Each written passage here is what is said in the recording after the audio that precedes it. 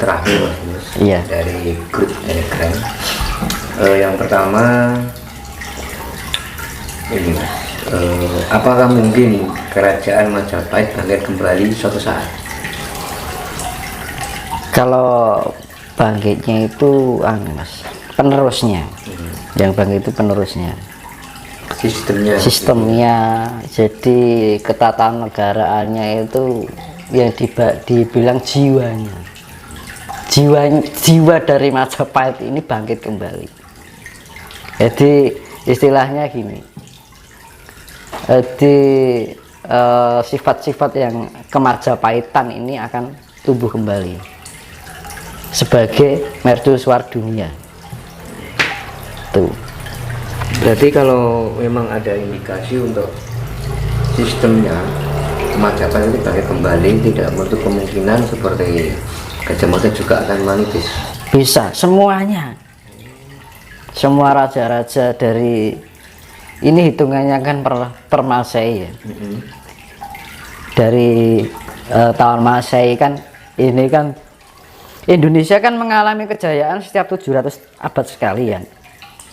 Siklus kejayaan, Siklus alam, siklus masa. Nah, abad pertama kejayaan pertama adalah 700 tahun pertama adalah kejayaan Sriwijaya, ya. 700 tahun kedua adalah kejayaan Majapahit. 700 tahun ketiga sekarang ini sudah terproses menuju kejayaan, ya kan? Nah, setelah itu 2002 ke atas ini sudah berjalan nanti pesat sekali perkembangannya, terjadi banyak hal-hal yang sifatnya aneh.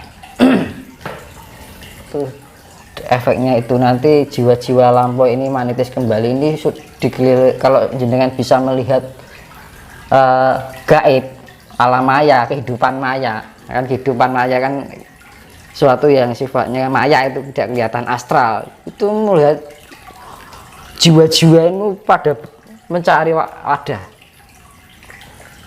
Ada yang sudah mendapatkan wadah, ada yang belum. Nah, nanti setelah 2002 ini nanti semakin pesat. Dan hati-hati, setelah Imlek nanti ke depan itu akan banyak terjadi kecelakaan massal. Maksudnya setelah massal gimana? Ya, kejadian yang membawa korban banyak. Massal ini misalnya pesawat, kan massal melibatkan banyak orang gitu loh maksudnya. Ya, makanya hati-hati. Jadi disarankan kalau mau kemana itu nyebut Ibu Pertiwi Bapak Angkoso, ya kan? Jadi lebih hati-hati di tahun ini. Ini Mas, terkait dengan kondisi alam di tahun 2022 ini, tadi Mas Dinus kan mengatakan bahwa akan terjadi banyak bencana, bahkan ada musibah kematian massal. Ada nggak tips agar kita ini bisa selamat dari semua bahaya? Itu tadi yang seperti saya bilang itu tadi, pengolahan cipta rasa jiwa dan karsa kita harus ada. Jadi pikiran positif, perasaan positif, aura kita tebaran kasih sayang, perilaku kita lebih pada kesadaran penuh, ya kan? Kita lebih memantaskan diri bagaimana kita harus berperilaku, budi pekerti, luhur, ya. Kalau kita bisa menerapkan itu, nanti kita akan diarahkan oleh alam itu sendiri, karena alam ini juga sedang bekerja, dan leluhur-leluhur yang namanya jiwa lampau ini akan membantu kita di dalam proses pemurnian diri menjadi pribadi yang lebih welas asih, kan gitu. Ini kita frekuensinya sangat besar. Kalau kita berbuat buruk, maka karma buruknya juga akan, roda putaran karmanya akan begitu cepat. Tapi kalau kita berniat untuk menjadi baik, karma kebaikannya juga bergerak begitu cepat. Ya melek bengi mandi tengah malam itu bagus untuk meningkatkan ionisasi. Wening kita mawas diri nek wong terus nyawang langit ibaratnya wong Islam tafakur kan ngono lho. Menata pikiran, menata rasa, menata jiwa, menata karsa kita agar terjadi keselarasan. Nah, di dalam keselarasan itu nanti akan timbul keseimbangan apa ketenangan. Kalau sudah kita tenang ada keseimbangan, kalau sudah keseimbangan timbullah suatu kedamaian, ya kan. Kedamaian itu ada tebaran kasih kan gitu. Terus ini Mas, terkait dengan banyaknya musibah yang saat ini kan di daerah-daerah kan banyak terjadi musibah bencana alam. Itu kan kalau kita lihat terus kita kaitkan dengan statement Mas Kinus bahwa nanti akan ada perubahan peradaban baru.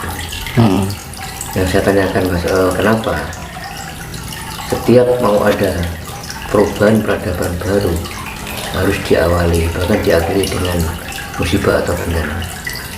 Ini kan misalnya gini, renovasi rumah harus diapakan? Bongkar total. Nah, ya kan? Karena apa? Kalau tidak dibongkar total nanti tidak kuat. Harus dipondasi dari awal lagi dengan cara dihancurkan. Sama hal saja, alam ini sudah merasa tidak nyaman dengan perilaku manusia. Terus akhirnya dia melakukan refleksi, ya kan? Bumi itu berputar, yaitu rotasi, dan melakukan translasi dan refleksi, ya kan? Pergeseran itu translasi, rotasi itu perputaran, refleksi itu untuk menciptakan keseimbangan lagi, ya kan? Biar apa? Kondisi bumi itu nyaman lagi, karena bumi ini kalau ngomong itu sudah tidak nyaman sekali dengan kondisi di dalam tubuh bumi itu sendiri, karena ulah siapa? Ulah manusia. Akhirnya bumi ini ingin mandi pakai apa? Pakai air laut. Akhirnya dibersihkan karena air laut itu sifatnya penetralisir, kandungan neutron. Jadi kandungan air itu sifatnya netral, penetralisir. Makanya nek wong arep wong golek wong pinter mah tebarono ya kan ngono. Untuk penetralisir yang susunya sifatnya negatif. Karena di dalam itu kan ada kandungan magnesium, asam sulfat dan oksigen. Akhirnya terciptalah unsur neutron yang ada di dalam unsur air laut asin. Nah, itu dewanya dewa Baruna kan ngono. Nek dewa air tawar kan dewanya dewa Indra kan ngono. Jadi jiwanya ini disebut dewa Indra, jiwanya air laut disebut Batara Baruna, jiwanya matahari disebut Batara Surya, jiwanya bulan disebut Dewi Condro, gitu. Dewanya bintang disebut Dewi Kartiko, ya. Dewanya awan disebut Bathara Sambu, dewanya petir disebut Bathara Wungkuwang, dewanya putaran cakra disebut Bathara Cakra, dewanya waktu disebut Bathara Kala, dewanya magnet ataupun sifatnya kasih asmara itu dewanya Dewa Asmara. Lengkap itu. Nah, itu adalah nanti yang menjadi simbol Hastabrata kan itu toh. Nanti yang akan dibikin bendera Nusantara itu adalah Hastabrata. Karena apa? Di bumi ini ada kehidupan karena ada kelengkapan dari 8 unsur semesta, yaitu angkasa, surya, candra, kartika, maruta, angin, dahana geni, ya, dahana geni, samudra ki banyu, tirta sama tanah kan gitu. Api, dahana kan ngono. Lah, 4 unsur alam dari api, air, angin, bintang, bulan, matahari dan angkasa ini melengkapi akhirnya terciptalah kehidupan di bumi ini yang disebut hasta brata, hasta wolu broto laku, pergerakan dari 8 unsur alam semesta ini akhirnya terciptalah kehidupan. Makanya di bumi ini dilengkapi hasta brata, ada pergerakan dari planet-planet itu, ada pergerakan rotasi, translasi, dan refleksi.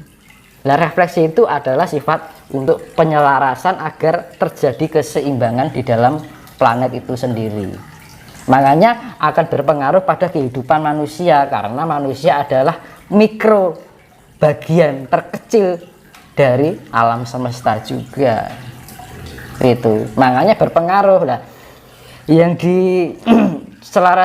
disisakan apa? Jiwa-jiwa yang tidak merugikan oleh untuk alam ini. Tapi kalau jiwa-jiwa yang merugikan alam, maka dia akan disapu habis oleh tanah, air, api, dan angin. Itu terutama yang paling besar dari air, karena air itu sifatnya penetralisir. Jadi bumi ini mandi adusnya karo banyu ben resik Mas, dinetralke. Makanya terjadi, pernah dibilang akan terjadi megatrust, itu akan terjadi. Itu untuk menetralisir. Barang siapa tidak bisa menjadi manfaat untuk bumi ini akan dibersihkan. Makanya kita harus menjadi jiwa yang bersih untuk alam ini agar kita lebih bisa bermanfaat untuk alam ini. Jadi masih dibolehkan hidup, masih dipantaskan oleh bumi ini untuk menjaga atau menjadi khalifah yang ada di bumi ini. Manungsa kan tinggal ngomong sing liyane, ana tanduran, ana kewan. Tugasnya manungsa lah memelihara kuwi, Mas. Ning apa yang terjadi sekarang? Malah sebaliknya toh. Malah ngrusak apa-apa kan. Apa-apa dipangan kan ngono manungsa iki. Ngunggule kewan toh kan. Kewan mangane nggur pipi tok, manungsa watu dipangan, cor-coran dipangan kan ngono. Iya toh. Material dipangan kan. Apa sing ora dipangan?